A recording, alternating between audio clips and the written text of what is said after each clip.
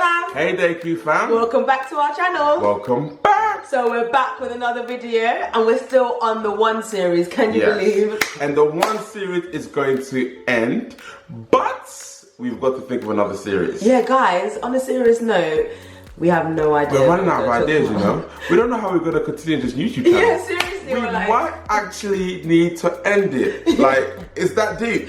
Because literally we're here to cater to you and we need more ideas because the struggle is real out here. So the solution to our YouTube troubles is you. What do you want to know? Yeah. We're here to help you. Yeah. Is there anything that we need to elaborate on that we've spoken about in the past?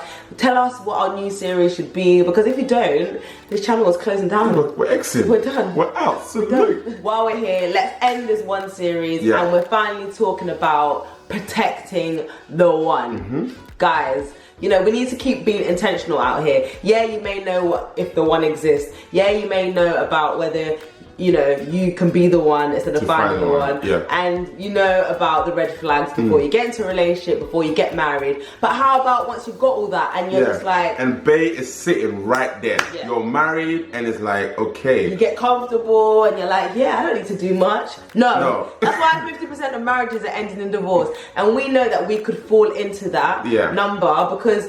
at the end of the day, relationship's not easy. It's not easy at all. So we're just gone to the other extreme where we're just intentional with every single thing. We're not dead fish out here. We're not dead fish. And now we're talking about being intentional about protecting your oneness. So we've got 5 areas that you should protect your oneness from, and we're going to talk about it right now. Let's do this. So the first area that you need to protect your oneness from is yourself. Guys, that's a good one. It's a struggle, you know. It's a real struggle. I need to protect our oneness from myself. Because I know when we get into arguments, I'm just like, my mouth, it's like verbal diarrhea. This mouth. Literally, it just opens without me even like... This red lipstick on the mouth.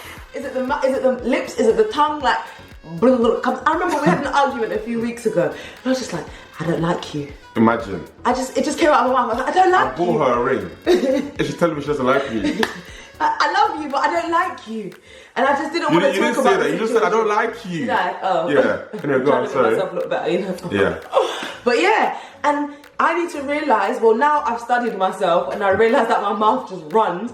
I actually need to run away from the situation sometimes so that my mouth doesn't run, or even physically put my hand over my mouth, or remember that my words can bring destruction. So I need to just protect this oneness from myself by not talking all the time. And sometimes he respects that because he realizes that actually what she could say could be destructive, could burn. You know your heart is just like, oh, what's this? Yes. And I am the person, the person in a relationship that brings all the facts. On January 2012, you said this at 6 p.m. and you were blah, blah, blah, blah, and I'll list all the facts and I'll list them before you and I'll be like, here you go, this is my case. What you gonna say about that? How can you be saying that if on January 2012 at 6 p.m. you said the complete opposite? I'm like, I don't know. Yeah. So I would destroy, and the thing is, I also know the buttons to press. Because Annabella's like, obviously, when you're in a relationship, you share your deepest, your darkest secrets, and all that kind of stuff. And I remember everything, right? So I know the buttons to press. I know the ones to twist. I know the ones to pull, just to get a reaction out of Annabella. And sometimes when I'm in like a bad place, a sense of pride kicks up. And I'm like, I am going to destroy you. So I just bring it out, and I also say some hurtful things. But I realized very quickly that when I say hurtful things, sometimes I don't actually mean the things that I say. But because I've now said it, I start actually believing the things I say. And Annabella has a sense of resentment against me. Now those are two forces that are working against each other. I'm starting to believe the lies I'm even saying out of my mouth, and I'm pulling myself away from Annabella. And she has a sense of resentment, and she's pulling herself away from me. So again, two forces working against each other. So we just have to be mindful that what comes out of our mouth needs to be uplifting, building each other up. And we don't want to have an environment where, we're not comfortable in. Like I always say that Annabella, we want to keep running home to each other rather than trying to do X, Y, and Z outside just to avoid each other. So literally we have to protect our oneness from ourselves, and we're always talking about studying yourself and understanding what you need to work on. So 100%. And if you can't protect your spouse from yourself, how can you protect them from anyone else or anything else? So the second thing that we need to protect our oneness from is other people. I think that one's a clear one. There are haters out there. The haters there are don't people waiting for your relationship to fall down. Literally. And we're not going to be...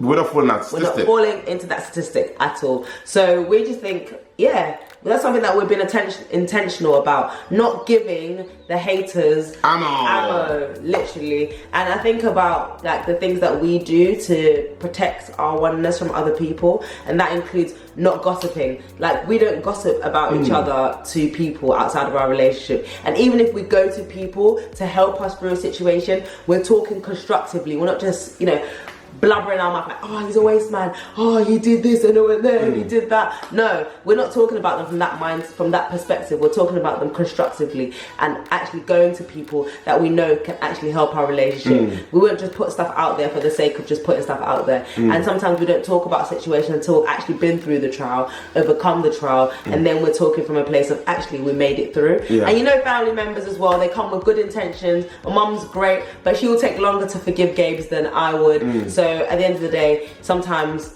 it's not worth talking to them about it. Yeah, so just literally, we just don't gossip. Yeah. It doesn't mean that we go around acting like a relationship is perfect. No way. No way, but we're quite transparent with our relationship, and it's actually from a place of we're trying to help when we talk about some of the trials we've been through, rather than we're just going to gossip and just say we're a waste man or whatever. And also, we realized very quickly that another area to protect your oneness from other people is to have one voice. I guess even just leading a team, sometimes Annabella can give an instruction and people may see me as the man and as the leader. So they may come and say, hey, like, you know, Anna said this, do you agree with it? But I'm like, yeah, if Anna said it, that's what we're gonna do. Or sometimes Anna may give a piece of instruction and or I may notice that she said the wrong thing. I'm not gonna just stand in front of everyone and just say, Anna, you said the wrong thing, it should be this. I'll let her say it wrong, and then I'll pull her to one side, I'll be like, oh babe, like, we're actually supposed to do this. Anna will go in front of the people that she spoke to and just say, this is actually the right instruction. Because if I'm seen to be pulling Anna down, she will never get respected in front of our peers or in front of a team that we're leading. So I've just got to make sure that we have one voice.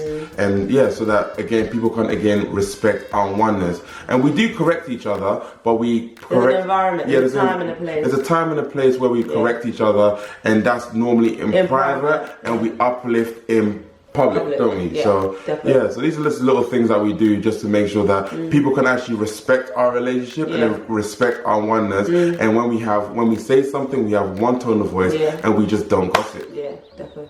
So the third area that you need to protect your oneness from is from themselves. You know, sometimes the struggle does get real, and sometimes your partner forgets who they are. Like, you think about Gabes and his job situation when we first started our relationship, and you know, the rejections, mate, they were real. And it's so easy to just be there with them, like, oh yeah, you know, when they're moping around, you're moping around. No, we literally swap character all the time, don't we? When one is strong. When the other one's weak, the other one's strong. They're like, you're right. Like, I've never seen Gabes encouraged so much. Like, he's not that vocal as a person. He's more critical, let's say. But when I'm going through a tough time, it's like, babe, you're amazing. I'm like, oh, let me go through this tough time a bit longer, because mate, that encouragement is real. But that's the things that you have to do when you're married to someone, because when one's down, the other one can't afford to be down, otherwise your relationship's even lower. Like, I make sure that when Gabes is down, I'm encouraging him, I'm fueling him, I'm protecting him from himself, because I need to remind him who he is, who he really is. In that down situation, that's not who he really is, that's just him in a certain circumstance. So I make a proactive decision to be even more encouraging than I usually am, just to remind them and to protect him from himself. 100%, because you could really be in a bad situation, you could be in a ditch, and you actually, imagine just being in a hole, you actually can't see anything around you. You actually can't see anything around you. You're just in the ditch, and you might be standing on the, you know, on the top of the ditch, and you have the ability to pull them up. You're able to give words of encouragement. You're really able to tell them their true self. And I think something that Annabella always does, she always, like me, I am very critical, like she always talks about, and I'm always thinking about where I want to be and where I want to go, and I always forget about where I've come from. Like, from the perspective of, I have grown. Probably, I don't know, people say all the time, oh, on YouTube, you're coming a lot more lively and all that stuff. But sometimes I forget about it. I'm like, no, but I need to be speaking a lot more better. I need to have da-da-da-da. But Annabella always reminds me of, this is where I was and this is where I am now. So this is how I'm going to be able to get here. So you're just having the person who's beside you, who's gone along the journey with you, and is able just to encourage you, build you up, and remind you of where you came from, to give you the fuel to remind you of how you're going to get to where you're going to go to. Because life is a journey, and it's nice to be able to do it with someone like your wife who will build you up. And that's the biggest blessing in the marriage, to say the least. Like, two is better than one, and when one's down, the other one can actually help them up. And I think that's such a blessing to come home to, and that's something that we need to keep doing, because that keeps us as one. The fourth area that you're protecting your oneness from is sin. Seriously. We always talk about checking each other, making sure the other one doesn't sin, but sometimes we don't actually think about it properly. And think about our actions and whether our actions are causing our partners to sin. Because sometimes I think about, like, you know, I could have friends of the opposite sex and stuff like that, but how is that actually making Annabella feel? Is that making her feel envious? Is that making her feel jealous? And I know it's easy to be like, oh, well, that's your problem. Take it to the Lord and get him to deal with the fact that you're feeling jealous or envious. But is that person who I've got a friendship with who's of the opposite sex, is that worth? Is it actually even worth it? Sometimes I have to really question my actions just to make sure that I'm not causing my partner to sin. Because sometimes it's so easy in a relationship to just think about yourself, like, oh yeah, you know, I like this person as a friend and they're really helping me, and that's all that matters. You as my husband need to take your situation up with the Lord. I don't think I'm doing something that's bad. But like, what happens to actually caring and sacrificing your needs for the sake of others? Like, these are the things that we need to think about when we're in a relationship. And me having a friend of the opposite sex might be fine for me, but it's not fine for my partner. I'm causing them to sin. And the Bible talks about it all the time. Paul would give up certain things because it's causing his friends to sin. There's certain things that we can stop doing because it's neither here or there for the sake of someone else. And we've all, like, I think I was reading something the other day where a woman was talking about, like, she doesn't really like sex, so she doesn't sleep with her partner, and he's just expected just to be okay with it and deal with it. And this man was building a sense of like lust towards other women. And sometimes you can be like, well, that man is a bad man, and why is he doing this to his wife? But really, the reason is because this might be controversial. Go on, comment. But anyway, why can't we see, like, the woman needs to actually, if she doesn't like having sex as much, she should just, like, you know, grow to like sex more, give herself to her husband, so her husband's not actually going out and be lustful and going out with other women and stuff like that. Cater to your man in the home so he doesn't need to do anything elsewhere. So let's play our part. Like, we always talk about this, about us taking ownership of the things that we can do to make situations better. And one thing that we can do is, like, limit certain relationships. Try harder in the bedroom, try harder in certain areas, or, you know, put on love so that your partner can love you. I don't know. We can't, obviously there's ownership that your partner needs to take, but for us to protect the oneness, each has to play their part. And sometimes that means us giving up certain things that or doing certain things that we wouldn't want to do because for the sake of the relationship. And that's marriage. Like, it's sacrifice at the end of the day. And it's worth the sacrifice, but it's sacrifice. And sometimes we're not willing to do that to protect the oneness, but 100%. We really would encourage. Because I really don't want Annabella to be walking around having some kind of hatred towards me because I'm treating her another way. Because even when you look in the Bible, it says hating your partner is almost the same as killing your partner in God's eyes. So I don't want Annabella to be sinning before God when I can actually be looking at my action, at how I can actually draw her closer to God rather than causing her to sin. Yeah, definitely. So the final area that you need to protect your oneness from is the enemy. Mate! Enemy is real out there, you know. I don't know, sometimes we walk around all fluffily like, oh no, it's okay. Oh, it's him.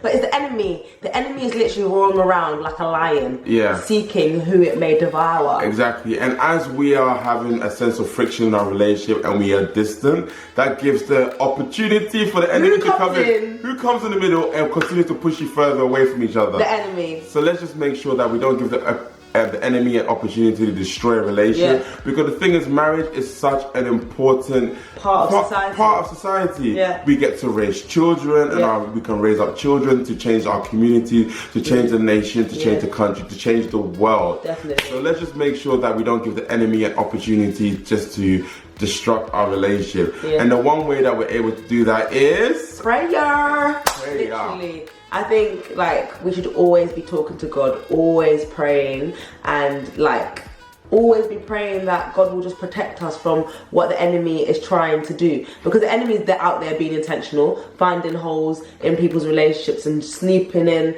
and taking the opportunity to destruct it. But we have to be intentional, because prayer, we don't know what goes on in the spiritual realm. We don't know what the prayer would have obstructed from happening to us. And like sometimes Gabes is sleeping and I'm just praying over his life. Literally, I'm like, God, wherever he goes tomorrow, may, you know, it be blessed wherever his foot treads. Lord, wherever, like, lead him, Lord Jesus, because as he submits to you, I can submit better to him. Lord, I pray that any generational curses that are over us, like, Lord, we rebuke them for our family and our future generations. Like, gosh, it's a real thing, you know? We actually, you know what, this whole relationship thing, we're just winging it. Yeah. You know?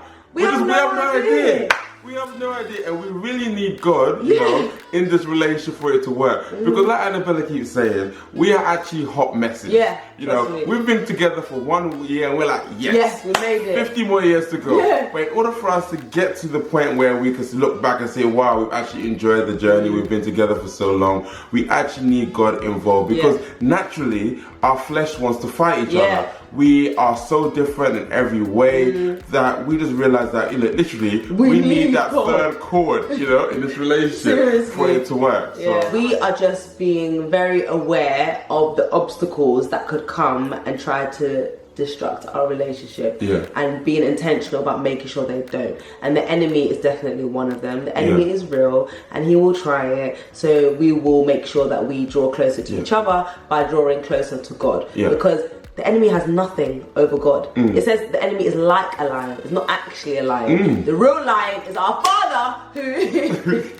who will protect us. So we just make sure that we pray together, that we pray for each other, that we seek, that we continue loving each other, that we don't give the enemy any room. And just see Jesus as an example, and we just try to emulate that. And let's just be honest, there's a lot of pride in relationships these days, a lot of pride. But if you're going to have pride in your relationship, may it be geared in the right way. Knowing that the enemy does not want your relationship to sustain, let's have pride towards him. Okay, so if he doesn't want our relationship to be successful and Annabella annoys me, mate, I'm gonna love her harder. If she gives me a bad word or speaks negative towards me, I'm gonna speak life into her. These things are not natural. But it's where we stamp on the enemy's head and we twist our foot. You know, we just do a zonto on his head. You know.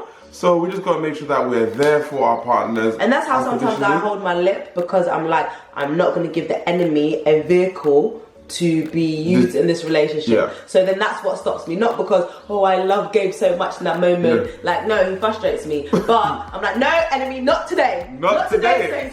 Not today. So that's what stops me from talking sometimes, because I'm like, you're not having a stronghold. Like, you're not gonna win. So if that helps you guys do it as well, because that's the way that I get through. So yeah, anyway, thanks for watching this video, guys. This series is over. We're so thankful for all your encouragement, all your feedback on this series. We're so grateful that God is using us to encourage people and to help people have great relationships, because we're all learning as we go along, and through us sharing our journey, we know that other people have been encouraged too. So well, hopefully. Yeah, we hope so. But yeah, if you like this video, like, comment, subscribe.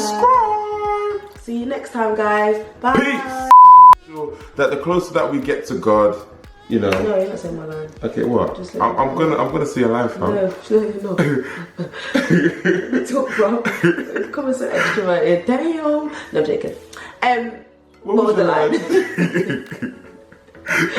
But yeah, basically, guys, you know the deal. Like, personally, we're just so... You didn't even say the line. Yeah, anyway. It's the closer you get to God, the closer you get to each other. Gosh, let me land. Oh, gosh. Oh, my gosh. The struggle. When is it gonna get easy?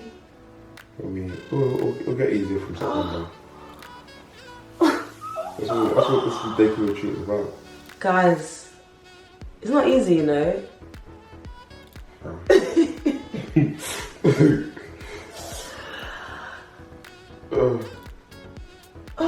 What time is it? It's 20 to 1 on Sunday night, the night before the Monday.